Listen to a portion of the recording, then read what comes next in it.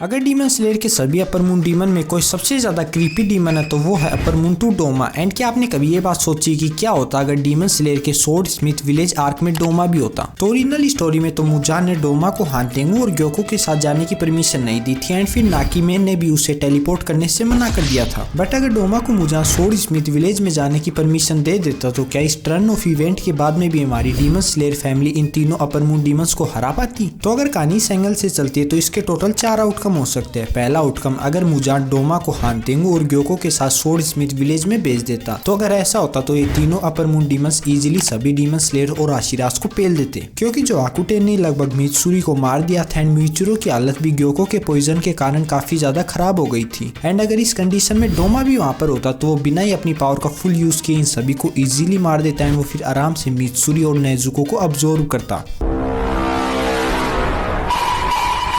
Second condition, if Doma was only sent with Gyokko. And ये condition भी हमारी demon slayer family के लिए कुछ ज्यादा अच्छी नहीं है, क्योंकि इस बार डोमा हांतेंगू की जगह मुइचिरो, तानजीरो, नेजुको और गेन्या से लड़ेगा एंड उसी टाइम पे ग्योको विलेज पे हमला करेगा। अब जैसे ही डोमा को मुइचिरो विलेज के अंदर देखेगा तो वो तुरंत ही अपनी ब्रीदिंग स्टाइल का यूज कर उस पर अपना सबसे पहला अटैक कर देगा एंड यहीं पर वो अपनी सबसे बड़ी गलती भी करेगा, क्योंकि डोमा की सराउंडिंग एयर उसके ब्लड डीमन आर्ट के कारण इतनी ज्यादा ठंडी होती है कि अगर कोई भी इंसान उसके अंदर ब्रीथ कर लेता है तो वो इंसान की फेफड़े जम जाएंगे एंड वो अल्टीमेटली मर जाएगा। एंड अपने इस अटैक के दौरान जरूर ही मुइचिरो डोमा की सराउंडिंग एयर को ब्रीथ कर लेगा एंड इसके बाद में उसकी हालत बिना ही डोमा से एक प्रॉपर फाइट किए खराब हो जाएगी। और अब मुइचिरो ऐसी हालत में डोमा को कभी भी तानजीरो, नेजुको और गेन्या के साथ मिलकर नहीं हरा सकता। एंड क्योंकि डोमा की ब्लड डीमन आर्ट भी काफी ज्यादा नेक्स्ट लेवल है तो इस कंडीशन में डोमा काफी जल्दी उन सभी को समाप्त कर देगा। अब इस तरफ डोमा ने तो अपना काम पूरा कर दिया एंड दूसरी तरफ विलेज में मित्सुरी लड़ेगी ग्योको से। तो अब आप देखिए कि भले मुइचिरो ने ग्योको को अकेले हरा दिया हो लेकिन यही सेम चीज मित्सुरी के लिए करनी काफी ज्यादा मुश्किल होने वाली है, क्योंकि ऑब्वियस सी बात है कि मुइचिरो मित्सुरी से ज्यादा स्ट्रॉन्ग एंड ज्यादा तेज है। एंड अपनी इस स्पीड के साथ मित्सुरी कभी भी ग्योको का सर नहीं काट पाएगी। एंड जब मित्सुरी फाइट करते करते थक जाएगी तब ग्योको आराम से मित्सुरी को मार सकता है, या फिर ऐसे भी हो सकता है कि वहां पर पहले ही डोमा आ जाए एंड वो मित्सुरी को देखकर उससे लड़ने के लिए उत्तेजित हो जाए।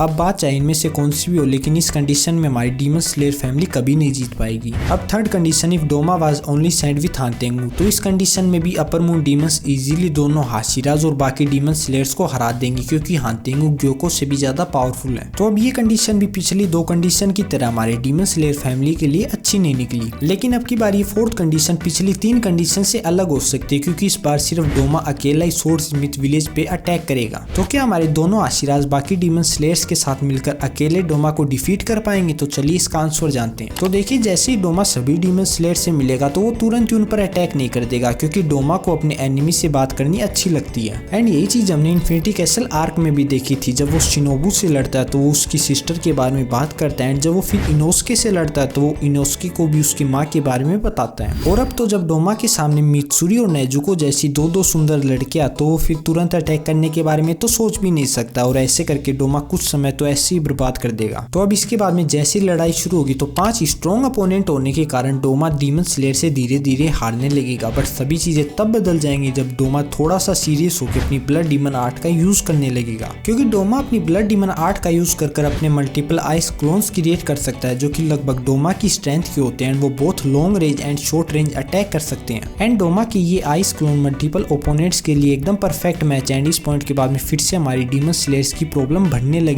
अब इस फाइट में डीमन स्लेयर थोड़ा सा तो कमबैक जरूर मारेंगे जब मुइचिरो, मित्सुरी और तानजीरो अपने डीमन स्लेयर मार्क को यूज करेंगे। बट ये सभी चीजें भी डोमा के सामने कुछ ज्यादा नहीं होगी, क्योंकि डोमा के पास एक जाइगेंटिक आइस क्लोन भी है जिसका नाम है राइन वाटर लिली बोधिसावा, जो भी अभी आपके सामने स्क्रीन पर आ रहा होगा। अब डोमा की इतनी पावरफुल ब्लड डीमन आर्ट के सामने डेफिनेटली हमारी डीमन स्लेयर फैमिली एक डिसएडवांटेज पे है, बट यहाँ पर उनके सर्वाइवल का एक छोटा सा चांस भी बनता है, क्योंकि डोमा अपनी फाइट्स के बीच में बातें काफी ज्यादा करता है। एंड अगर वो 5 डीमन स्लेयर डोमा को सुबह तक मिलकर कैसे तैसे रोक पाए तो सुबह होते के साथ ही सनलाइट से बचने के लिए डोमा वहां से अपने आप ही भाग जाएगा। तो अब इस वीडियो का फाइनल कंक्लूजन ये निकलता है कि अगर डोमा को किसी भी अपर मून डीमन के साथ स्वॉर्ड स्मिथ विलेज में भेजा जाता तो 100% चांस है कि वो सभी डीमन स्लेयर्स को मार डालता। एंड अगर डोमा को अकेले भी भेजा जाता तो भी 90% चांस है कि वो सभी डीमन स्लेयर्स को मार डालता। तो अच्छा ही हुआ कि उसे मुजान ने विलेज में आने से मना कर दिया, फिर नहीं भेजा। एंड अब अगर आपको एक ऐसी ब्लड डीमन आर्ट के बारे में जानना है जो कि मुजान से भी ज्यादा पावरफुल एंड जो कि मुजान को भी मारने की पावर रखती है, तो इस लेफ्ट वाली वीडियो पर क्लिक कर पूरा देख लीजिए इस वीडियो को। एंड अगर आपको ये वीडियो पसंद आई तो इस वीडियो को लाइक कर दीजिए, चैनल को सब्सक्राइब कर दीजिए। मिलते हैं अगली वीडियो में, तब तक के लिए बाय बाय।